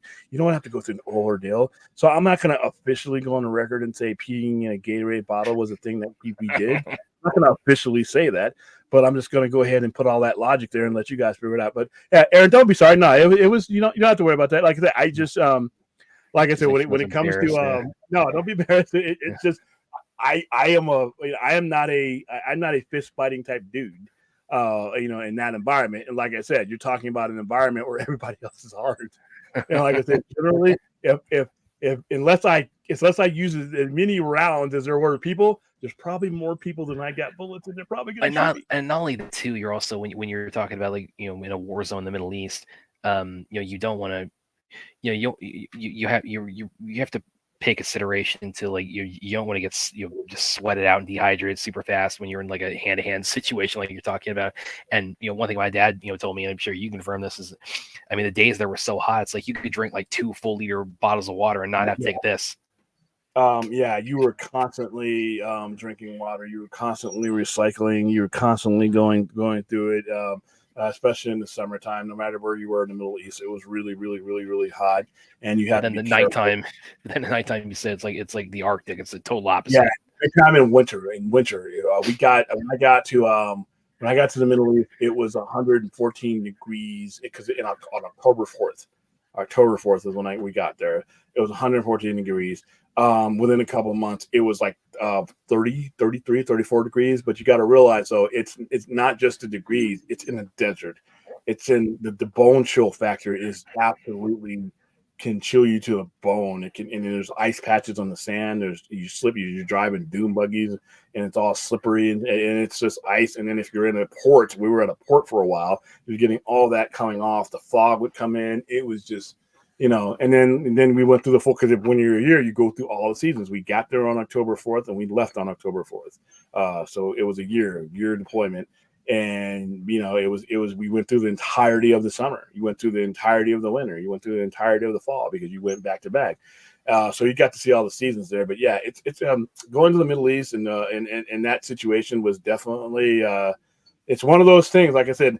Now, my war stories, as they were compared to just an average civilian's living here in America story, yeah, it's gonna seem a little bit more because we were in extreme circumstances. But there are guys out there that were like, dude, that were like making me look like a fool. Yeah, I was very saying Ryan. I haven't seen the first 37 minutes of that movie. Yeah, it's very harrowing. I haven't seen it in a really, really long time. But you don't forget like how it opens. My sister actually does what I do now. Well, as far as promotion, back in the 90s, she worked for Buena Vista and Amblin and all those. And that's a Disney movie, believe it or not, because Amblin is Disney. And we did a pre-screening and no one knew. You remember the internet wasn't a thing like it is now. So when you did pre-screenings there, they didn't tell you a lot about the movie. They just told you who was in it, who directed it, and that it was a war movie. So that they really didn't give you the heads up. And we had seen it with World War II veterans, who a lot of them were still alive at that point. They invited them to see it because they wanted their opinions. Those guys had to get up and leave. I had only been in the Army for about 5 years at that 4 years at that point. It's 96, 97, wherever that was released. And my dad was with us. I mean, we saw those guys, and you could tell who they were because they had the veterans hat, the World War II veterans hat with all their pins and stuff on it, their infantry pins. We had guys getting up and leaving, and they just couldn't take it. The first 37 minutes of Saving Private Ryan is visceral, and it came out of nowhere. We didn't know it was coming. As soon as that, now it's a D-Day movie and everything else. They're hitting the beaches, and as soon as they drop that ramp, a guy gets hit right in the head, and they just all start getting slaughtered, and all these guys are drowning, and all these guys are getting shot through the water. Guys getting his arm blown out, and picking up his own arm, picking up his own arm, and just getting this. In the way it was filmed as if you were one of the guys headed to this thing. And I'm like, and I sat there and I'm like, how did they take Normandy? How they lost 9,000 men the first day. I mean, the Eisenhower strategy was, and he knew it. When he visited those guys before he sent them out, he knew they were going to take heavy casualties. He knew it, but it was the only way that he could do it at the time because they were so entrenched. You couldn't do it through air power. You had to take the beach with manpower and armor. And I remember I don't remember, but I studied. He had two different letters to the public. He had one that says, "We've begun Operation Overlord, and this is where we're at." And he had another one that was apologizing to America because he didn't know whether it was going to be successful or not. But he had to show what they did is they threw so much sheer force at that beach, and with the Germans and those pillboxes and everything else, and that whole Atlantic Wall and Omaha Beach, all those beaches and that were taken. They lost imagine using 9,000 people in one day, and not just the whole incursion. Because remember, D-Day was just one day. That was just the first day, but your incursion all the way through France, a lot. I mean, there were snipers, there everything in there. And when you watch Saving Private Ryan, the whole movie isn't just about Normandy. It's about going through and getting those guys and getting Private Ryan out there to safety because of the Sullivan rule, because of the 5 Sullivan brothers had been killed in one ship. And the movie is about the Ryan brothers being killed, and they thought it would be a major disaster, a major PR disaster if that happened again. So they went and got him. But the first 30, and I remember it's 37 minutes of that movie is the most, and this is a guy who I'm into violence, I'm into all that, and depicted. Not only was this violent, but you knew this was real. There were real. This wasn't like Thanksgiving, like the 3Ds, like this wasn't cartoon violence. This was real. And their military advisors actually showed the fuck up, not like these other ones that you see in some of these shows. Their military advisors showed up. They told you what was going to happen when that caliber bullet would hit your head. They told you what would happen when this round hit your body. It would take an arm off. They let you know what it would sound like and what they were hearing. And the sound quality in the theater that we saw it was to the point where it was hurting your ears. And they did that because that's what the advisors told them what was happening to them. What was happening, a lot of that morphine, that guy who was crying for his mother, they could not save him, so they just gave him more morphine so that he didn't die in pain. That was all that was happening. So the kind of violence I was seeing in Private Ryan was, you knew it was real. And when you see those old dudes get up and they couldn't take it. There's like one part when they're kind of down in the trench where Hanks is talking to one of his other soldiers, a bit, coordinating how they're going to get past this, and he turns over to another guy, says this, his face is just caved in at that point. He's talking to his radio operator who was just alive a second ago, and then they get hit, and then he turns him over, and he literally has no face. That is because an advisor or somebody that was on D-Day told them this is what was happening. So it was different than watching Private Ryan than watching, just like I said, Thanksgiving or Friday the 13th, because that's cartoon inspired. You felt differently because this is what happened. This was real. And it was like a different type of feeling. And somebody just brand new in the Army, I'm like, holy shit. I am not even in the same universe as these cats. Or these cats, all this violence, all that death, they still accomplished the mission.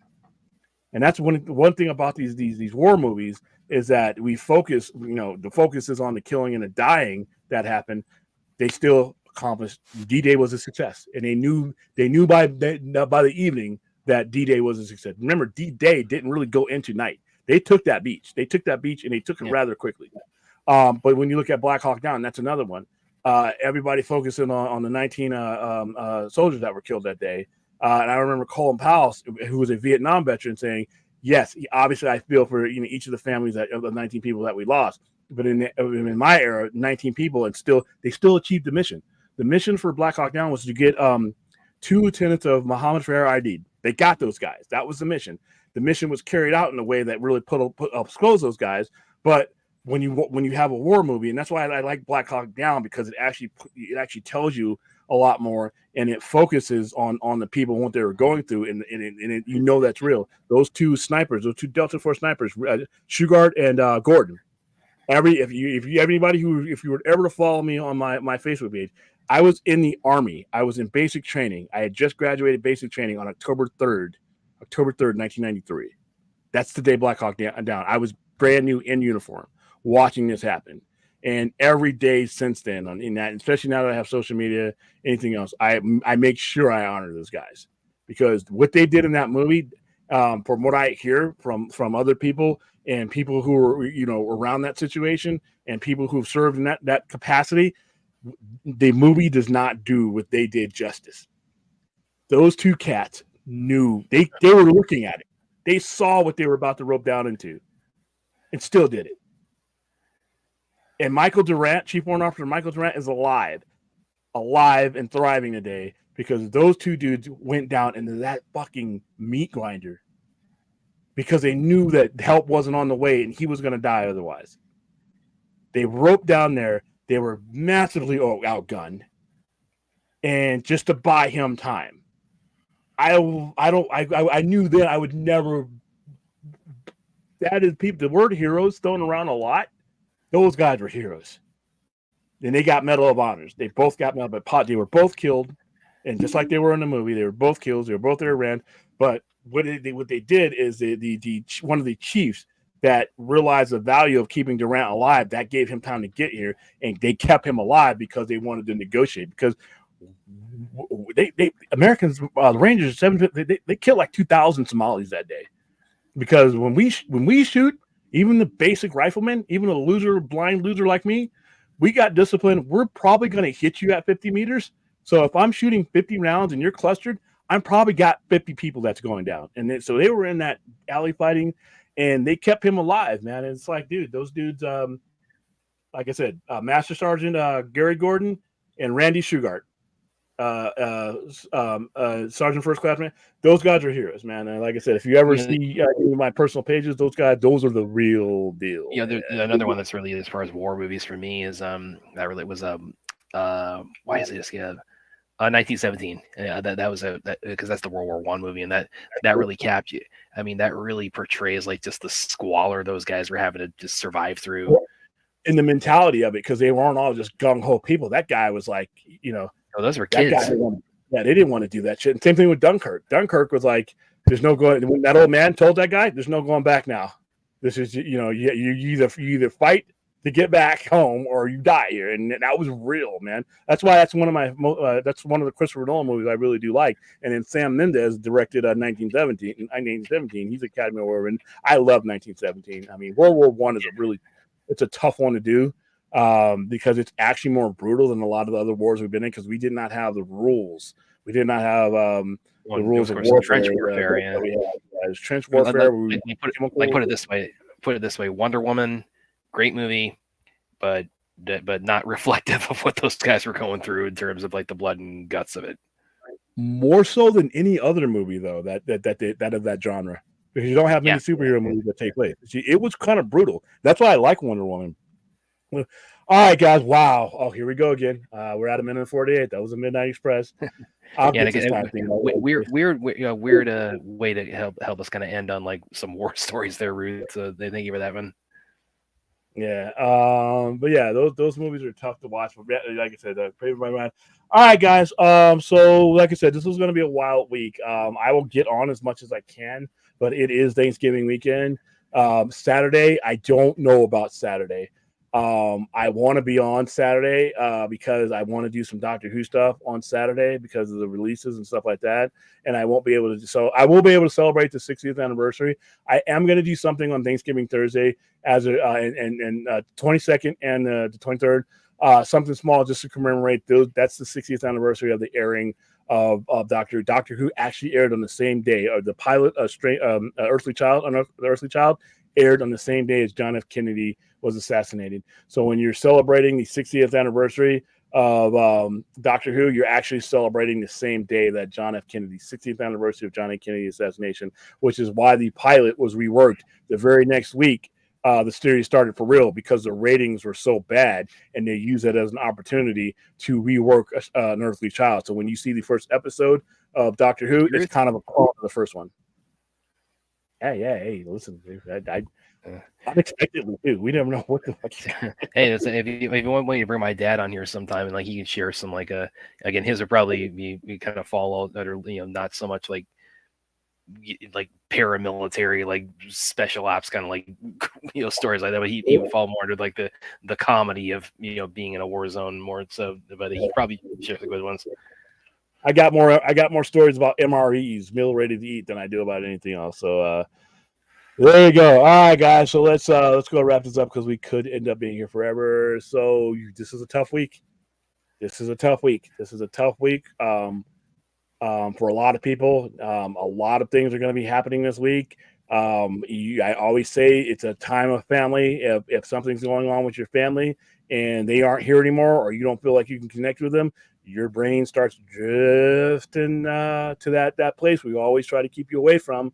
So this time and any other time, 988 Suicide and Crisis Lifetime, 24/7 call, text, and chat, and they are available throughout the holidays. When you call, somebody's going to pick up the phone because they understand the urgency, they understand the moment, because most of those guys have been through it. So use it. Pass this around like you're passing around the cranberry sauce. All right, guys. Bradley, where can they find you? You guys can find me on Twitter, Vero, here and there on Facebook. You find my writing on all kinds of cool stuff on Kung Fu Kingdom and on Screen Rant. And of course, you can find me here. I'll definitely, of course, what William's saying about the Thanksgiving, schedule. It's I'll definitely, be dropping in for all of that, of course. All right, guys. Have a weird day, I guess. See you later, guys.